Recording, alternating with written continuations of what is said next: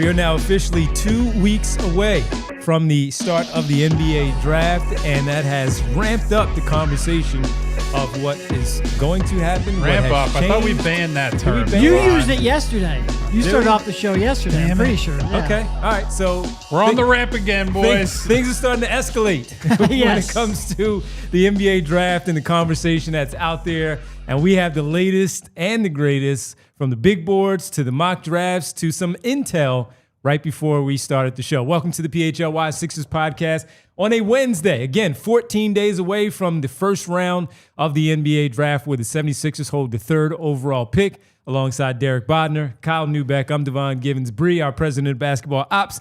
She's here, all of you in the chat, and we have to get to it right away because Kyle, right before, a little bit before, about 30 minutes before we started the show here, some information from friend to the show.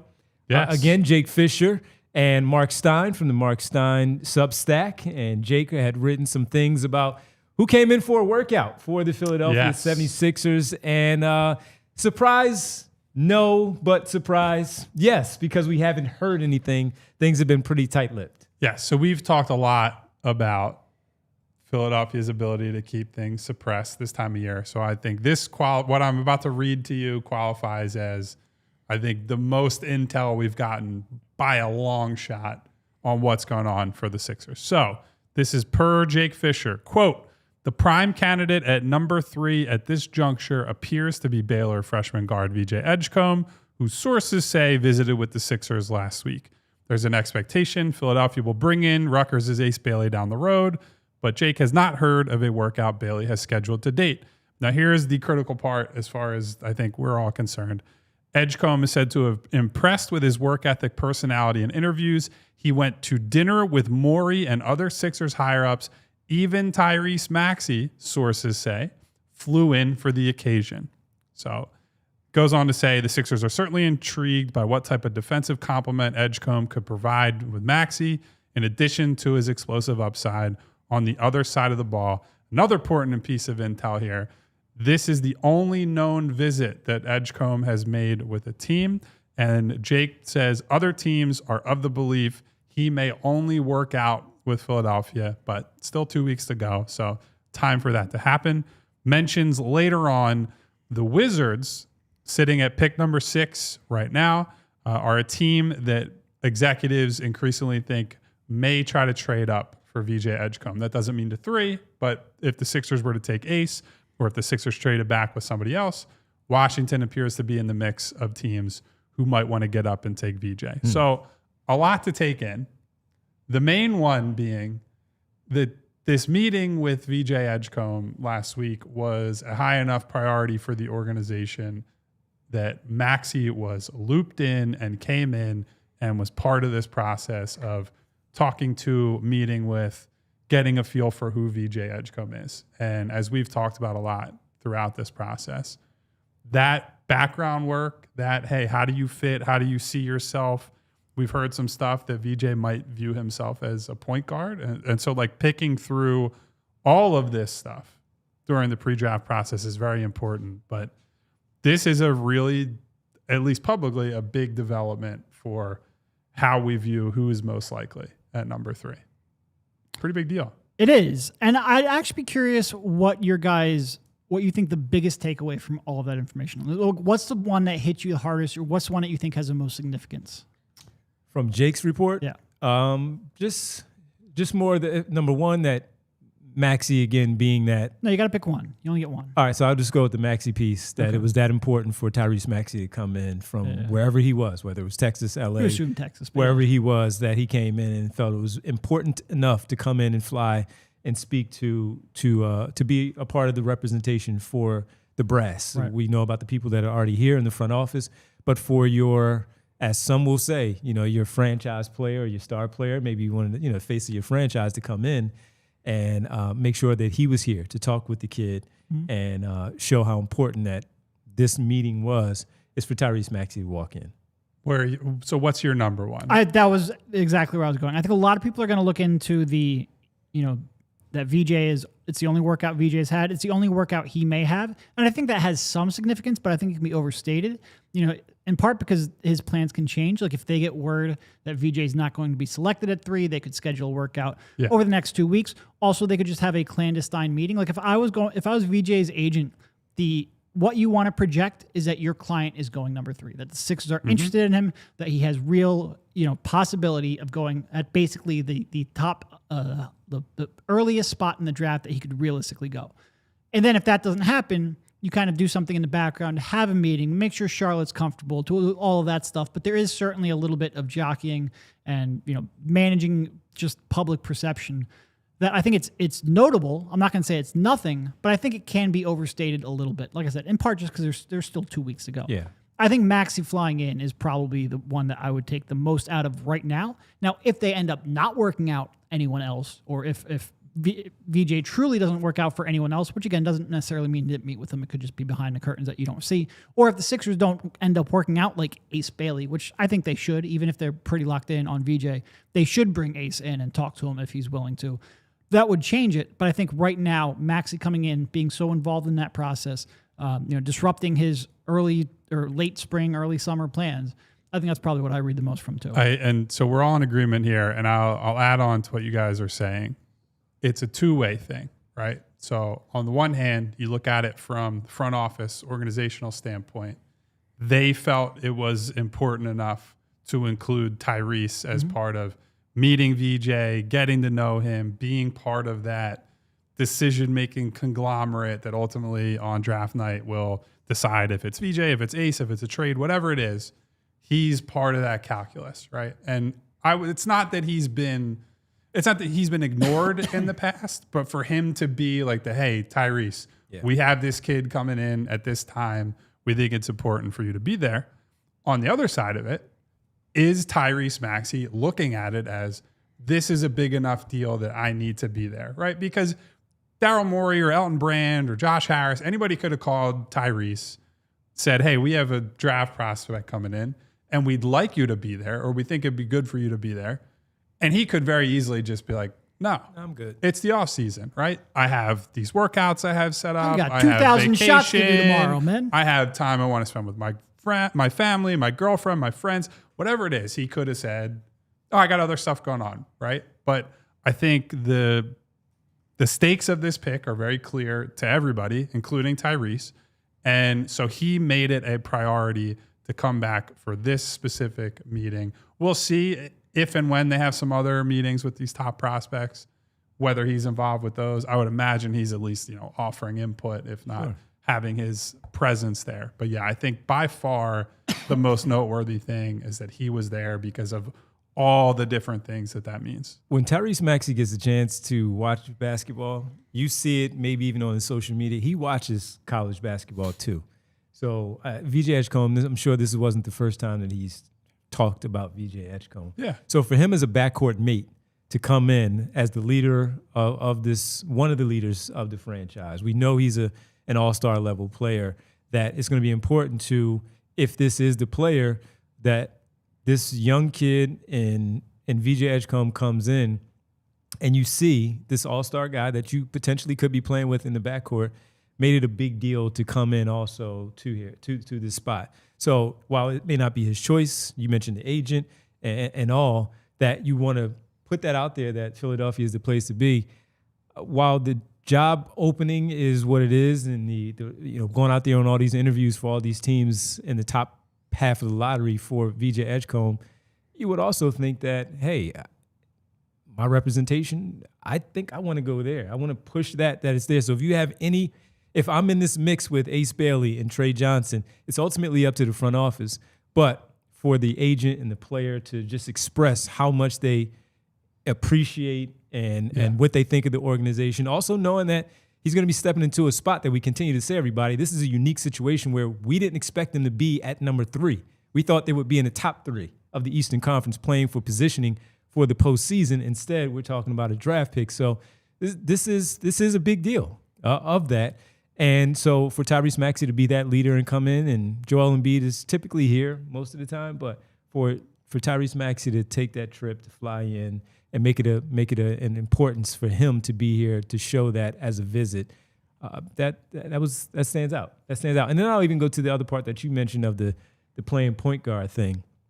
Different story, different intel from another place, but that makes you think about, because we talk about Tyrese Maxey getting the opportunity to play off ball a little bit more. And while Jared McCain can certainly do that, the head coach, Nick Nurse, wanted to see a lot of Grimes play point guard in that time that he was handling the basketball a lot, playing 35-plus minutes a game, that this is going to be another player potentially that will have to be a guy on ball. And if you guys missed our conversation yesterday with his head coach at Baylor, Scott Drew talked about the fact that he can play some point guard in the NBA and that. So that immediately came to mind when you guys brought it up at the top of him playing point guard, and now, you know, him coming in and meeting with the Philadelphia 76ers and Maxey being a part of it. Yeah, and again, look, I have some questions on whether VJ can really initiate offense at that level. Yeah. But if he develops, the one thing I am not worried about at all is, oh no, you have too many players who can handle the ball and create. I will never worry about. I will worry about whether or not you have enough, like defensive versatility, with VJ being 6'5" with a 6'7", 6'8" wingspan.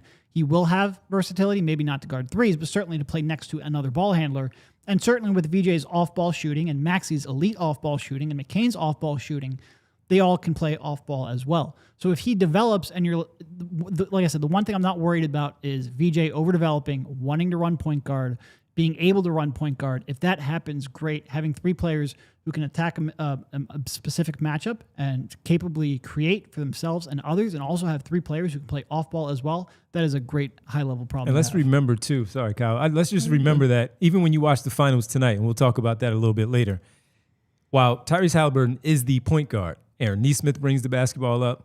So does Nembhard brings the basketball up. Pascal Siakam at times does the same. With TJ McConnell. Jalen Williams brings the basketball up for the Oklahoma City Thunder. Isaiah Joe brings the ball up. Aaron Wiggins brings the ball up. So when we talk about a point guard, it's not Chris Paul, Tyrese Halliburton type of point guard that we're talking about. We're just maximizing the potential next to Tyrese Maxey and even Jared McCain, for that matter, when you have a bigger guard at 6'5" that has the defensive profile potentially coming into this league, to also be able to double up and set up these other players that are going to be the ones that are more the hub of the offense when he's out there on the floor. The development will be there, we hope, but for him to be able to also do that as a two-way player, because he's not going to be asked to score right away. But can you do these other things on the offensive end that will impact the success on the offensive side of the basketball? So I want to add something else. This is a story from another team from a long time ago that was passed along to me,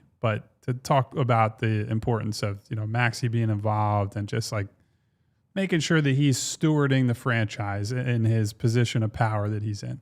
So I know a guy who signed a 10-day with the San Antonio Spurs. It was a long time ago now. This was when the Spurs are at their peak. Signs a 10-day contract, flies into San Antonio he had previously been with another team. Said when he arrived in San Antonio, 10-day guy, right? They're not exactly rolling out all the stops at most places for you. You're coming in, you're playing a quick roll, you're getting a shot, and then you're most likely out the door, right? Tim Duncan showed up at the airport, picked this player up, and said, we're going to go out to dinner, you're going to spend the night with me, and I'm going to talk to you about, what the San Antonio Spurs are about, right? And so this is peak Tim Duncan. This is like contention for MVPs, Defensive Player of the Years, all that, as they've won multiple titles. This is a guy that takes the responsibility of being the leader of an organization seriously, right? And so when you look at why the Spurs were successful for as long as they were, one is Tim Duncan is a Hall of Fame player, and they had an elite coach, and they did great drafting, but they also take all the things that say we're an A-plus organization, and they max out on them, right? They make new people feel like they can be part of things. They do, from the players to the coaches to the front office, they do their homework, and they put boots on the ground and get up close with these people who are new members, are future members, are just people who could be part of their team and make the organization better, right? And so if the Sixers are going to go from where they're at now, right, which is they're a good organization relative to the league at large, but they're not in the top tier, right? Not on-court results, not the off-court shenanigans that they've dealt with. There are a lot of reasons we could pick through that. the way you get from where they're at to where they want to be starts with a lot of stuff like this, right? Like taking every step of the process seriously. So I'm glad that Tyrese, there are many great things we can say about him, leadership wise and all that. But this is a little thing that is part of that bigger picture. So it's great to hear stuff like this, that as we talk about him potentially having to be like, you're the guy, right? You can't count on Joel and this and that he has taken this draft process, that he's not going to make this pick, but he is making himself a part of their decision-making fabric. I think that's awesome on his part. All right, let's take a quick pause. We'll take an early pause here. We'll come back. We'll talk about some other ramifications, maybe even trading down. You guys mentioned a few other teams right behind. As we've been saying, the draft starts with the Philadelphia 76ers, so there could potentially be movement, or maybe they just sit there at 3 and take it. But maybe at 4, Charlotte wants to do something. Utah at 5, Washington at 6. New Orleans, we've talked about them at 7. Could that also be in the mix here when you talk about VJ Edgecombe? Why is this out there? Does anybody maybe want to move up? As Brian Pumper says, nobody wants to move up for VJ Edgecombe. Maybe they do, and we'll talk about it when we get back right here on the PHLY Sixers podcast. A heck of a tease, Devon. All right, and folks, the rain has stopped. The weather, temperature's picking up again. And if you are one that's maybe going out there outside and playing some pickup basketball, maybe playing indoor, maybe running along Kelly Drive, some tennis, whatever it is that you're doing, and you start sweating a little bit, you get back into it. But then you also have this little tweak. Maybe it's in your knee, maybe it's in your ankle, maybe it's something in your shoulder from playing tennis and you need to get checked out. Well, let me tell you about my good people at Rothman Orthopedics. I've said it many times that my Achilles and my ACL have been repaired by Rothman Orthopedics. Both of them were, and I'm back to normal. I've got an invite to go play basketball, and I finally said, you know what? I'm going to do it, and that's because of Rothman. I don't need any braces, even though you will get those. I don't need any braces anymore. I'm just simply ready to go out there and get right back into it, and that is because of Rothman. Rothman, from aches and pains for that pickup game, maybe something old that pops up, Rothman's team of experts is here to help with evidence-based care and commitment to restoring your mobility.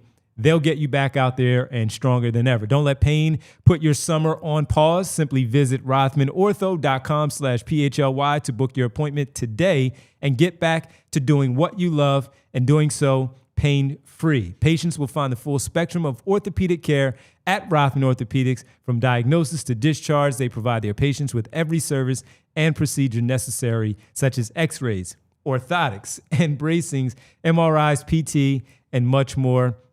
Right now, simply get out there if you need it. Rich P said, stretch, my brother. That too. Rothman Orthopedics, your summer, your mobility, their mission. Make sure you get out there, rothmanorthopedics.com/PHLY, and schedule your appointment today. And guys, once you're all fixed up, stretch. You got to take advantage of some awesome furniture to sit on. Get nice and comfy. Or maybe before you're fixed up, you got to be comfy, right? Or if you got an iced ankle. So go to our friends at ALLCITY, where the low prices are blooming. Get up to 50% off on living room, bedroom, and dining room furniture and have it all delivered for free. Plus, get long-term, no-interest financing. Save on top-brand mattresses and get free delivery, setup, and removal. Do not wait. You got to spring into savings now at Ashley, South Jersey, and Philadelphia. Get some outdoor furniture, too. I know I keep saying it. You're running out of time. It's time to start having those warm weather summer parties before it's July and August and you're outside and it's like, man, got to peel the skin off just to be comfortable out here, right? Get to Ashley right now. Visit ashleyfurniture.com for more information. Financing with approved credit. Minimum purchase required. Some exclusions may apply. See store for complete details. Hurry to Ashley.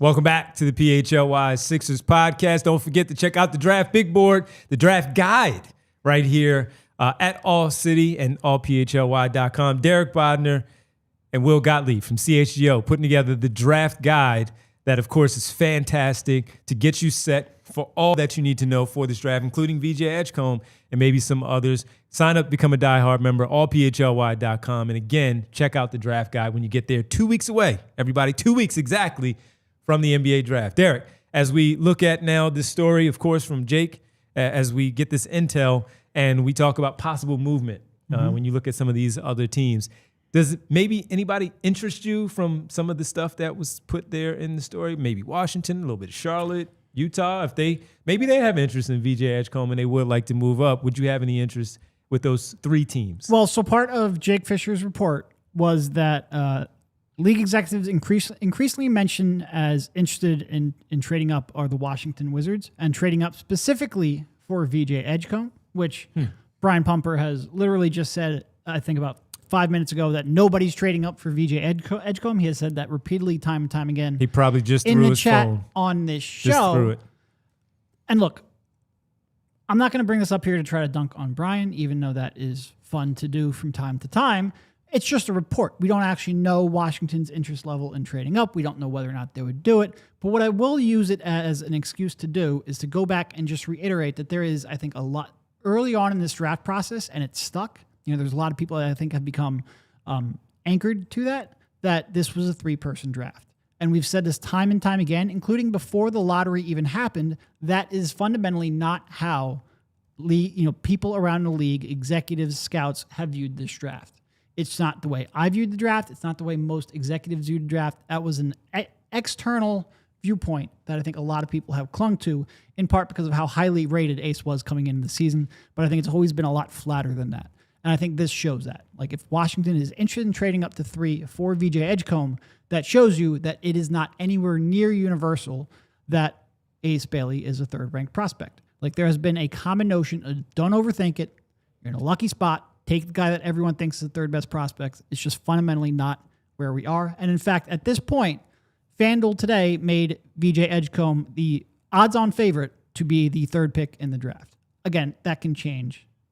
Kyle looks like he has some thoughts on that. Changed that from he wants to add to yesterday. that. It can change a lot. It seems like it's changing based on this report. But it was, at the time of the lottery, Ace was the prohibitive favorite. Now that has almost completely swapped. It is very much up in the air. And so I'll use that to add on. There is a consensus big board. This is compiled by the folks at rookiescale.com.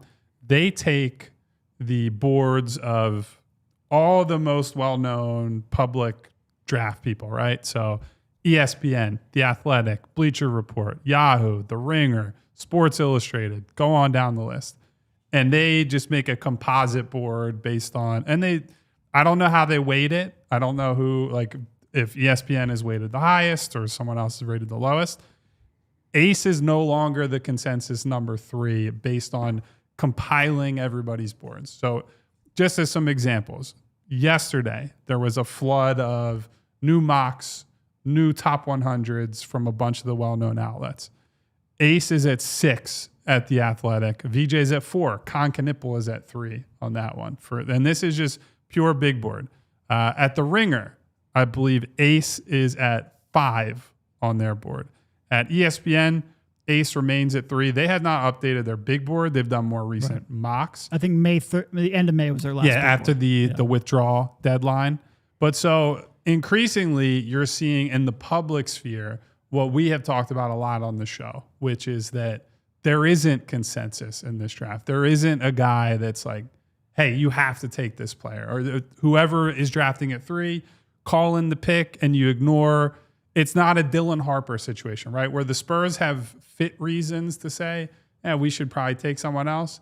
But the broad consensus is take Dylan Harper. It's a different talent level. That's not the case in terms of the league view of number 3. That's not to say the Ace still doesn't go 3, right? Because we've talked many times.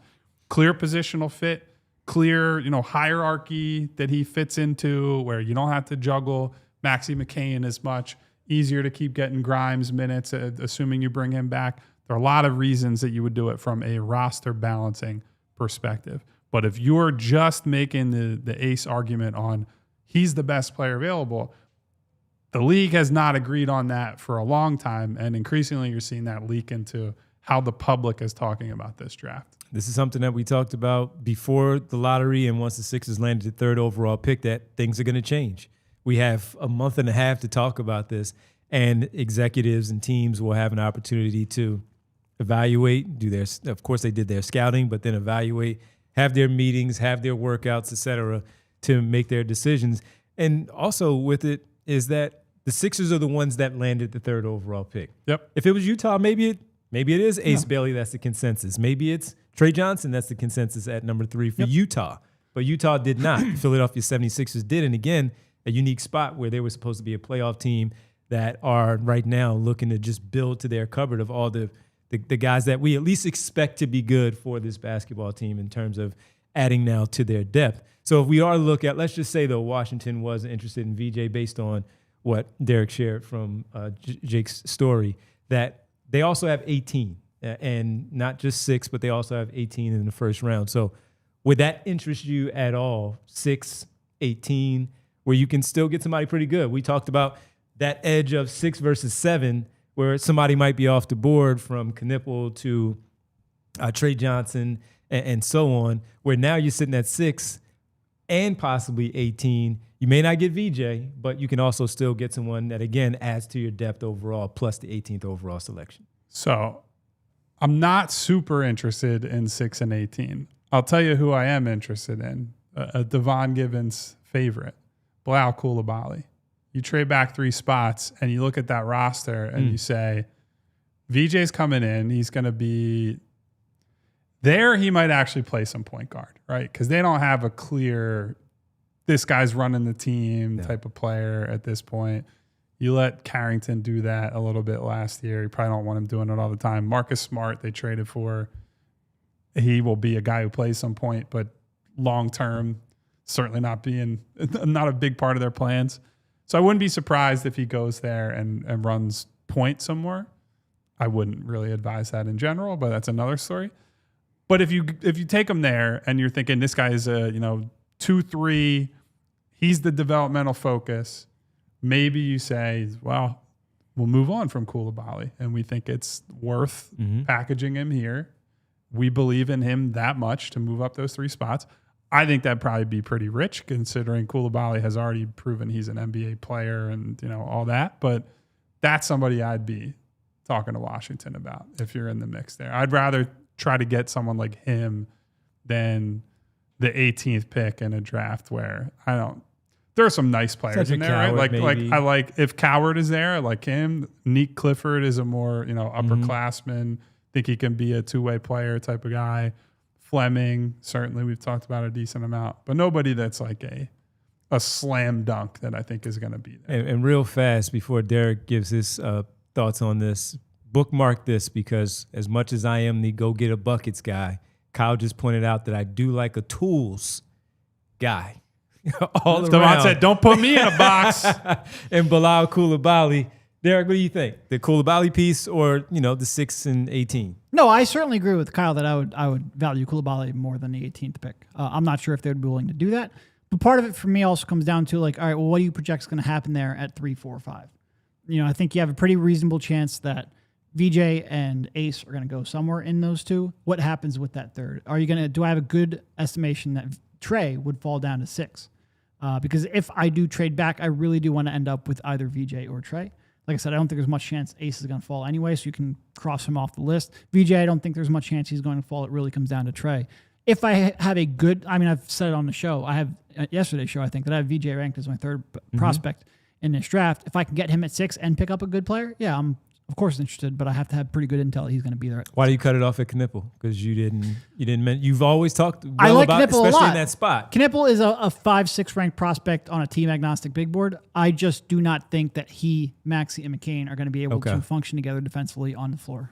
Okay. It is a much different proposition than VJ, for example, where that's about all of them together, the fit concerns, and not VJ with any of them individually. Kon, it could be a concern with any of them. Yep. Yeah. Now, the offense might be good enough that might be good enough, but I don't think it has like the star equity that Tre does, which is why Tre, both because Tre has physical tools that if he taps into long-term defensively, he can end up playing next to Maxey and McCain. He's going to need some work both on his strength and his body and also his give a darn. They're a good spot. We're not in overtime yet. But I think he at least has a chance to grow. But more importantly, I think he has star equity on offense, whereas Kon, I think he has very good player on offense, but sub-star. And just to let everybody know, again, things can change in 2 weeks. While we sit here and we talk about a report that is significant because we haven't heard anything, especially with this player coming in, the Maxey piece flying in. And I do think, Agavini mentioned in chat, I do think Tre falling to 6 seems a little bit unlikely. Yeah. But again, it depends on what the intel is at the time of the draft. trying to game that out, right? Because if Washington trades up for VJ, Charlotte. do we assume Charlotte takes Ace? Yes. Yes. Over, because now we're talking Tre, Ace. Tre, Knueppel, Ace. Knueppel. Now, part of this report too is that he's not. The belief is that VJ's not getting past Charlotte, and so that's why a team would trade up to 3, right? So, if Charlotte is in the mindset of we want VJ and we prefer this type of player, it's hard to read where they would go from there. If they actually prefer VJ, if he's their 3rd ranked prospect, I don't actually know where I would say that they go next after that. Yeah. That one's a little hard to peg. And I will say, just to sort of like wrap this up, I'm not out on Kon completely. No, I know. But I have him ranked low enough, not low enough, but I have him in a separate tier, whereas that gives me a little pause on a trade, whereas if Tre falls, I have less pause, is really what I was trying to get at. Right. And if it was 7 and you take Herb Jones back and you have 7, that's different. Yeah, right. I understand. So, all right, and Bree just put up a poll here for the show. Of these 4, I didn't count either. That's on me, Bree. Of these 4, pick for the Sixers. The 4 options: Ace, VJ, Tre, or Knueppel.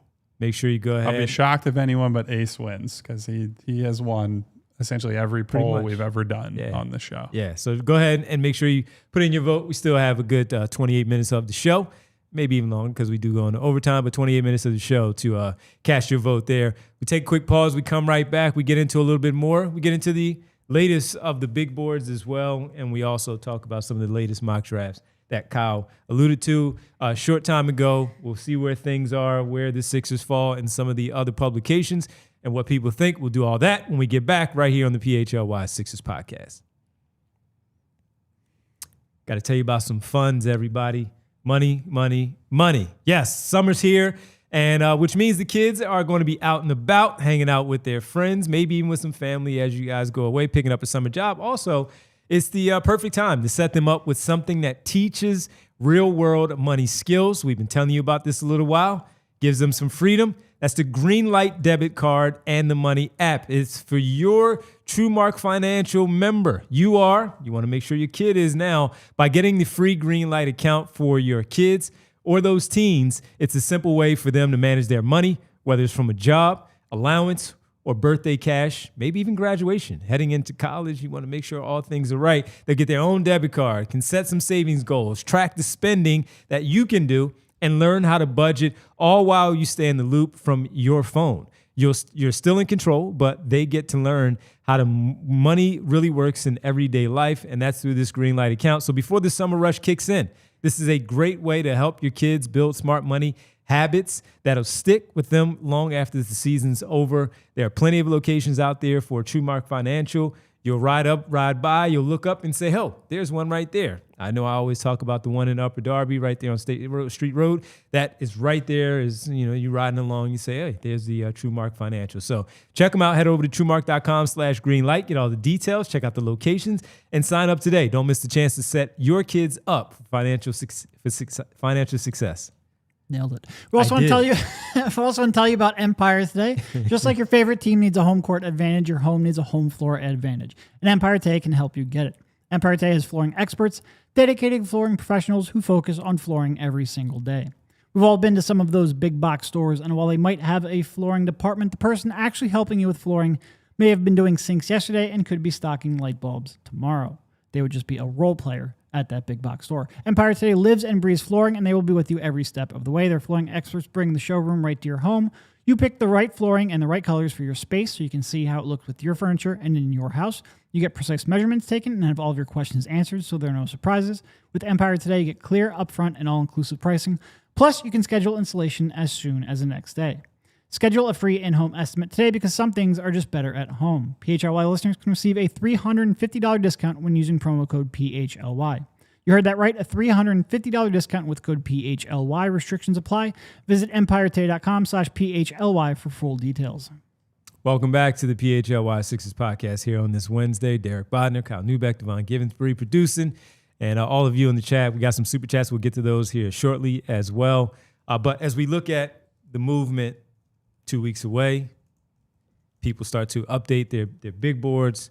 We'll get to the draft guide and where you guys have certain players as well. But Kyle, just looking at some different big boards now, as you mentioned, ESPN, The Ringer, and so many of these other publications that have him out there. One of the names that, again, has continued to move up a little bit, and as you mentioned, Ace falling, is Tre Johnson moving up. Yeah. And he's one that we've talked about quite a bit for the Sixers. While we don't have any info on him working out for the Sixers at all, but he is an important name out there that seems to be linked to the Sixers a little bit from some of the NBA draft minds out there. Yeah, so just some recent examples. In the Ringer's most recent mock draft, they have the Sixers outright taking Tre at 3.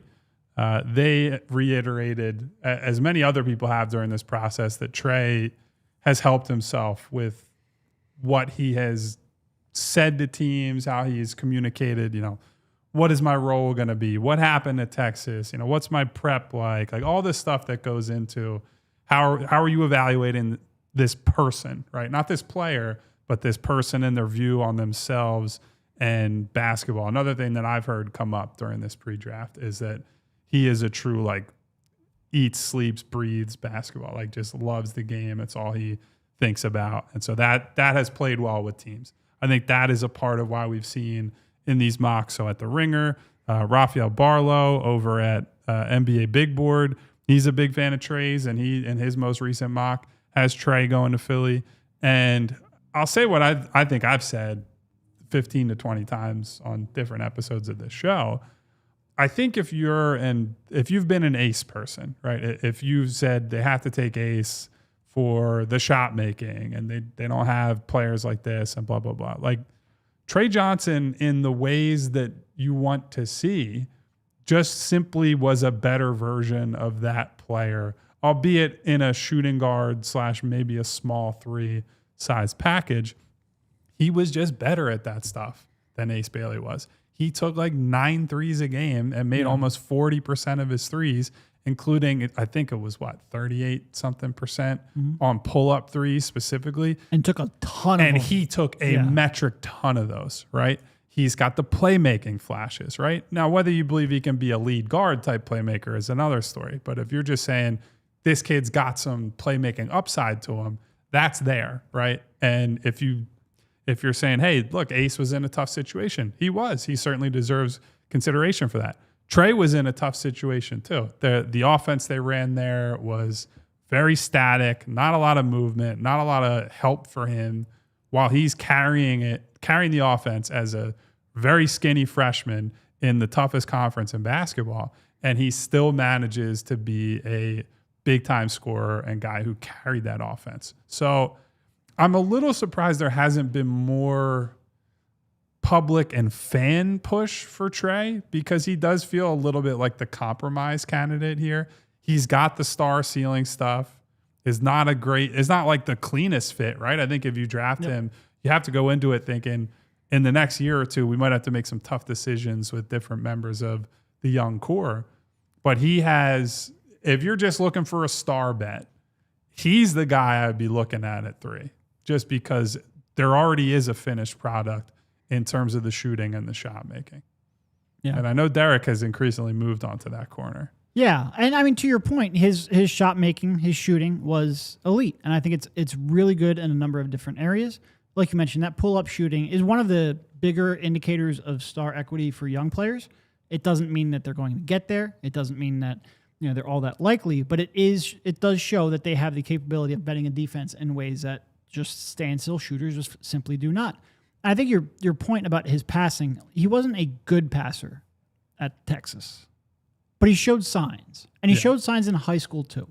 And when you're talking about, we've mentioned this before, so many of these prospects, their freshman years or when they're 18, 19, they don't look anything like the player that they become. So you're looking for signs of, well, if they figure this out, then what does that mean for the future? And with him, it does seem like he has a chance to use a lot of that gravity and use a lot of that shooting threat to leverage, bend defenses and create shots for his teammates. I think he can grow in that quite a bit, especially you put him in a functional offense where he has real threats around him. If NBA spacing, I see more vision than I do with someone like Ace. And I'm comparing him to Ace, not to necessarily dunk on Ace, but because if you're looking at two players who a lot of people view have star equity on offense, I think there's a clear separation in their playmaking. And I do think that's a very big skill for them to have. Like I said, it's one thing to be able to make tough shots. It's another thing to be able to create easy shots, not only for yourself, but for your teammates. None of them are necessarily great at that right now. And Tre doesn't necessarily get to the rim a ton either. He doesn't have a huge free throw rate, but I think his passing is fundamentally on a different level than Ace. And I think I have a lot of interest in that. And just to quickly, just a few more. Yahoo, Ace, that's O'Connor. Bleacher Report, Jonathan Wasserman, Ace. For right now. So do we know how recent? Yesterday was Wasserman for Bleacher Report. O'Connor, because he's been on his mocks have been pretty consistent. Yeah. Ace at 3. O'Connor, I believe it was also yesterday as I was taking a peek. We know about Gavoni and ESPN. Ace, that was yesterday. Now they split the difference a little bit, and so for anyone who hasn't seen ESPN's latest mock, what they did for every pick was Gavoni and Wu each did. One did. This is the pick that fills the biggest need. And then the other did, this is the pick that gets the best value.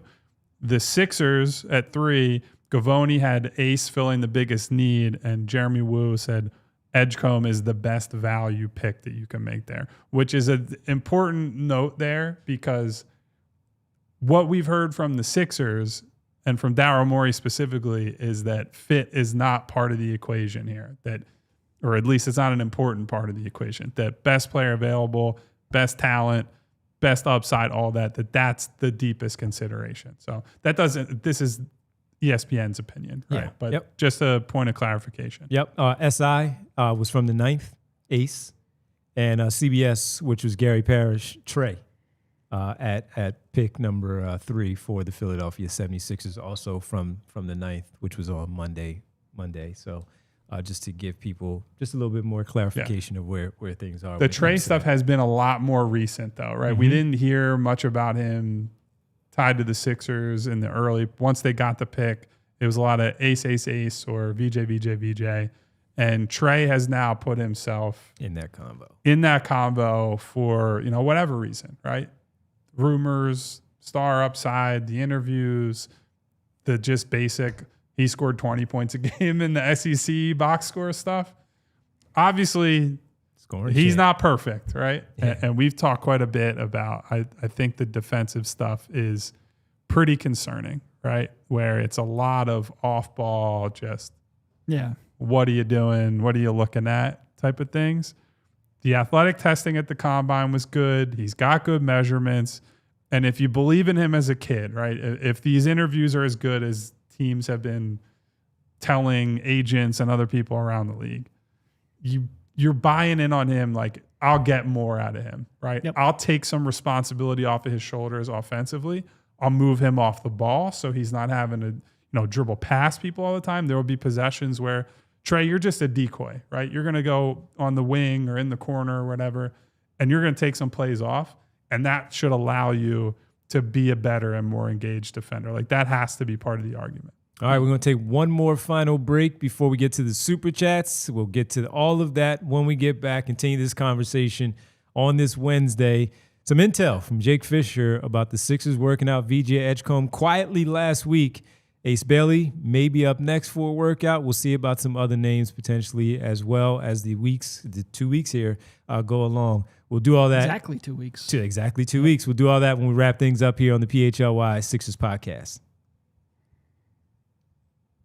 Guys, do you think you know ball? Because we've got another ball knower bonus that we want to tell you about. For each game of the NBA Finals, all you have to do is pick the winner of the game. You can win a gift card to the PHLY, it's only the name of the company, merch store if you make your pick correctly. Here's how it works. First, you click on the link in the description below and then make your pick. Then you place an order in the ALLCITY merch store with a $25 minimum. If you pick correctly, you get a gift card to the merch store for the same amount as your original order. Important note, you must click on the link in the chat or in our show notes to qualify for the gift card. What do you guys think? Game 3 tonight, 1-1 series. Thunder. Going back to Indiana, still Thunder. I still think it's Thunder too, yeah. Yep. Yeah. And again, I'm just going to go back to I think they're the better team. So once again, for all ball knowers, make your pick, place an order. If you pick correctly, you're going to get a gift card from us for the same amount as your order. That's the ball knower bonus from PHLY. And guys, I have a date to tell you about. Wednesday, June 18th, it's go time. PHLY is going live for a 12-hour streamathon presented by our friends at TrueMark Financial. A full day of wall-to-wall sports, laughs, chaos, and your favorite people, maybe your least favorite people, depending on your Ace Bailey opinions with Derek and I. But your favorite PHLY people doing what they do best, talking about Philly sports, keeping you guys entertained and, maybe losing our minds a little bit. There'll be special guests, behind-the-scenes surprises, maybe some friendly competition between the shows. We'll have to wait and see. So whether you're repping the Birds, bleeding Flyers orange, just here for the vibes, or trying to will the Sixers into a certain pick, do not miss this. It will be streaming all over our YouTube channel on Wednesday, June 18th. Here's the kicker. Best way to support us, hit the subscribe button. I tell you guys to do it every day, but it helps us keep creating the content Philly fans deserve. Also gets you front row access to every moment of the madness. Mark your calendar, clear your schedule, get ready to ride with PHLY for 12 hours next Wednesday, June 18th. PHLY Streamathon. Subscribe now. Yes, indeed. Make sure you do that. You know what? Let's get to our super chats here now. Okay. Because we have quite a few. Sean and Ron. Ron just donating, and we thank you, Ron. So Ron did have it. Here we go. Ron highlighted said, "Oh, all right, there it is." What indicators do you look for to determine if a prospect has star level potential, especially seeing as so many prospects every year have many flaws? I mean, I think that's going to change significantly depending on the archetype of the player, but I think on-ball shot creation equity is huge. We just mentioned it, the ability to shoot off the catch or off the dribble, and especially a step back. Just for a guard in today's league, it opens up so much in driving lanes and passing lanes, and ability to create, and ability to get into the paint. But just an ability to, like I said, create offense. And that's not going to be just for yourself. That's going to be for your teammates as well. And to use the attention that you receive to create shots and force rotations and make your life easier for your teammates. I think that is a big one. But like getting to the paint frequently, like Fears, for example, gets to the rim constantly, gets to the free throw line a ton. He's got warts all over the place, including the step back jumper needs a lot of improvement. But if you can get to the rim, I think that's a big indicator. If you can create for others, that's a big indicator. Step back shooting, I think, is a big indicator. By the way, Mike Miller, former NBA champion and all that, Mike Miller's been working out Jeremiah Fears. Said the kid is going to be an all-star in the next few years. That's how talented he believes he is. So, Ron, it's a good question because, some people don't look at stats at all, at least like beyond basic box score stuff. I think the people who are more – I'm trying to think of the good word because I don't want to say the analytics community. That's a loaded term, right? But I think in terms of people who model the draft and go based on stats-based stuff, they look a lot at defensive turnover creation, right? So steals and blocks. And a lot of that is not just on defense. That tends to be an indicator of anticipation and awareness. And so that's a good indicator for both sides. Like I remember when Andrew Wiggins came out and he had a very low steal rate and people made a big deal of it. And I think you saw that over the years. It took him time to develop even a little bit as a passer and a playmaker. That awareness, that recognition, that anticipation, the ability to read and react, that shows up in steals more than it does in some other metrics early on. So steals and blocks are a big one. Rebounding, frankly, is a big one. And that's rebounding relative to position, right? You're not expecting a guard to be a 9 rebound a game guy, but if a guard rebounds well at his size, scouts tend to believe that's a good indicator for their athleticism and how they can leverage it at the next level. Here's the big one for me, if you're just asking me, because I think it's one of the most straightforward ones, assist to turnover ratio, because that is a decision-making stat. And that is all these guys who we're talking about put up good numbers, right? At the very least, good numbers in terms of the scoring and all the other stuff. If you can score and then leverage the scoring and the attention that you draw into opportunities for your teammates and do that more often than you turn the ball over, you have a chance to be a high leverage player. And that's my biggest hang up with Ace, is that I see the shot making, right? He is a tremendous shot maker. I think he's got an awesome future as a shooter. I think as a catch and shoot, spot up, one dribble guy, movement shooter even. Sky's the limit for him there. But as of now, he's shown no ability to leverage that, right? And I would say one of my concerns with VJ is that although he's got a positive assist to turnover and was a good playmaker on a much better team, I think one of my issues with him is that he doesn't deal with pressure well, right? He's one of the many guys in this class that if you send two at him, it's deer in the headlights mode. And there are not a lot of guys in this class that are good at dealing with traps and doubles, right? Like we've talked about, Yakuchonis was very bad at that, and he's a much better playmaker than a lot of these guys. Harper is good at dealing with it. Kon Knueppel was good, but in a specialized role for Duke. So I'd say assist to turnover is a big one for me and the pure stat stuff. I'll agree with these guys so we can get these super chats in. Sean Wofford asks, what does it say that Maxey is there and not Embiid? I think it said that Maxey was there and not Embiid. I personally don't read a ton into it because Joel has been very involved in the process in the past. It might just be that he's focused on his rehab right now and didn't want to get on a plane and travel. I think we jump to conclusions a little too quickly. That doesn't necessarily mean it means nothing, but it also means it doesn't necessarily mean anything. And by the way, it doesn't mean that he hasn't been involved. I certainly don't think like Joel is checked out there, or that Daryl Morey doesn't care his opinion. Like I find that hard to believe. Yep. All right, let's keep it going. Riaz says, how far are you trading down in this draft? I feel beyond 7 would be a mistake, as coming out with one of Kon, Ace, VJ, Tre, or Maluach would be key. Yeah. How far are you trading down? Even 7 is a little loaded, I think. We mentioned the 6 with Washington already. In the past, like 6 was like the lowest I really felt comfortable trading down. And I think the more I've started to veer towards Tre being my preference, I think even that I would get a little bit nervous of, like we talked about earlier in the show. But I would have a real hard time trading below 6 for sure. Yeah. Because unless Washington takes Fears or Queen swings on one of the Euro guys, imagine if like Cedric Howard went 6 or something crazy. Washington I don't know what Washington is all over the place. But so they would be the key there because I think in some order it's going to be Flag, Harper, Ace, VJ, Tre, top 5. Yeah. All right, we'll keep it going. It's the Brian Pumper, Pump It Up portion of the Super Chats here on the show. Pump starts off with, don't know what's worse, the VJ lights or the cyclists. Sorry, fellas. What? you what's don't. wrong with people? Like, I don't even own a bike, but like, what's wrong with cyclists? You don't tank that hard for a glue guy. Joel is aging in dog years. This is a smoke screen. He also follows up, what is VJ's go-to move? I'm trying to see something. His go-to move is making you mad when his name comes up. Thank you for the super chat. Thanks for the super chat, Pumper. Make sure everybody, I want to say this before we get to our roll call and all, kind of wrap things up.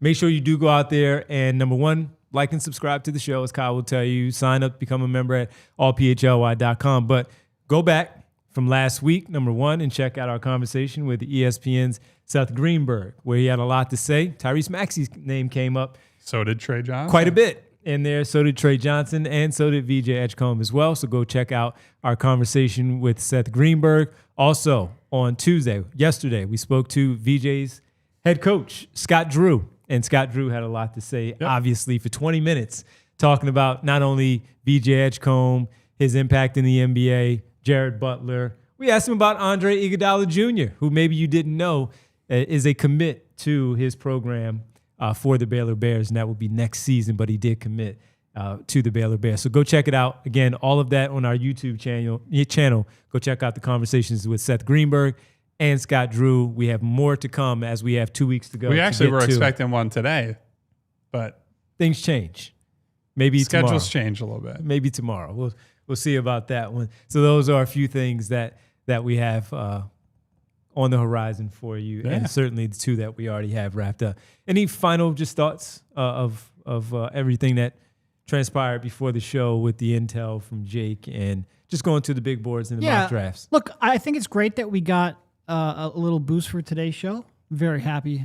Selfishly, it's all about us. I think it was great. It's always about us. And to be honest, we were going to talk about a lot of the changes in the mock drafts and big boards anyway, so this was perfectly timed. And also because we were, did have a interview lined up there, or at least that we were hoping to have today. This dropping in just made the show prep really easy. It's also great for our own personal agenda, if we're being honest. And by agenda, I mean the fact that there's a lot of people who come at us for not having Ace third on our big board. And this is at least a little bit of boost to that. It is Let's go, Pump. It is a much wider conversation than some people think. But this isn't the final rumor that we're going to be reacting to. This isn't. I would suspect we will hear that Ace has a meeting with 100%. Them at some point in the next 2 weeks. This isn't proof of anything. It's content. You can glean insights from it. It's proof that this already happened. It's proof that we still have 2 more weeks to go before the draft, and things will change. They could go in any number of directions. Yes. I do think there's 3 players, if they stay at 3, realistically in play. Like, I think I would be surprised if it's Kon or Malawatch or anything like that. But if you're going to tell me, is it going to be VJ? I don't know that. I'm certainly not going to say that now based off of this report. It could be Ace. It could be Tre. I could see any of those happening, and it's going to be a fun 2 weeks. How about you, Kyle? Listen, man, I'm going to sit back and watch things unfold. I continue to say, I don't see lots of separation between these guys. So whoever they take at 3, you're not going to catch me on our draft night stream crying on the side or, doing a fist pump because, oh man, they took this guy over this guy, right? All of this, they're all very close together for me. And I think I don't have a serious degree of confidence in any one guy. I have defaulted toward VJ because of, as I've said many times, the longer I've covered the league, the more that I over-index on this guy's the hardest worker, right? This guy, when you talk to coaches, talk to teammates, talk to people who are around programs they were at, they speak glowingly of this guy. Like one thing that came up with Jared McCain, for example, the strength and conditioning and, those type of people at Duke were like, this kid is a maniac, right? Like he puts in every moment that he can to get better, not just on the court, but, putting work in on your body. And as a small player, having an understanding of that and applying that, right? So while that's where I have defaulted to throughout this process, I don't think anybody's wrong for saying, I want to take the Ace swing. No, I want to take the Tre swing. Even like if you go Malawatch, right? Like I'm moving on, whatever. I do think that at least with the 3 guys we're primarily focusing on, the fact that all 3 of them get good reports is great. It's a great position to be in. Absolutely. They're not perfect players or perfect reports. Like Tre with his defense last year, not perfect. Ace with his shot selection, willing to buy into his role, not perfect. But they're at least all seemingly coachable, hardworking kids, and that's great for when you're trying to figure out which one is going to, or at least one of the 3, going to improve a lot over the next couple of years. All right, final tally, 181 votes for the poll that Bree put up there on the chat. Of these 3 pick for the Sixers. Ace, 47%. Kyle, just like you predicted. VJ, 24%, but Tre right there with him at 23%, with Kon Knueppel, 5% of the vote on this one. The Kon heads are not loving this. They're not loving this. They are not. We are loving that we get to say thank you and goodbye to everybody for the day with our world-famous roll call. Thanks, everybody, including Marcus Blackstock, Ed Wright, JS, Greeny Green, Lee Nguyen, Sean Ford, You a Fraud, I Gavini, Mellow 3-Point, Mellow, my man, Benny Chase, INS, our guy Al, the 2-minute what warning, up, Al? Duck Holiday, Ahmad, who else is in here? Val Host, Jess with the Purple Heart, my girl Winona, Hedfa checking in late, Hedfa. Money Mar, Hinky, what up, Martian Sam? Lynch, Better Call B-Ball Paul, the Pump It Up, Beat Pump in the building. Bootzilla, Eugene Ross, James the Third. Don't know what happened to the second or the first, but welcome to James the Third. Hello to everybody today, and thank you for being here. We appreciate you all, even if I don't say your name. Rich P. And the super chat. What up to Rich? Brian Knight. Riaz, Pump, Sean, thank you. Chuck Barkley, 21. Oh my God, Chuck. What up, Chuck? Love Inside. Anyway, you're welcome. Please, anytime, on the way Chuck. out, hit the subscribe button, hit the bell icon so you get notifications each and every time we go live, and hit that thumbs up button to say thank you. Super producer Bree holding it down. Goodbye. Yes. We'll see you tomorrow at 3 p.m. 3. See y'all. We all silly like the mayor.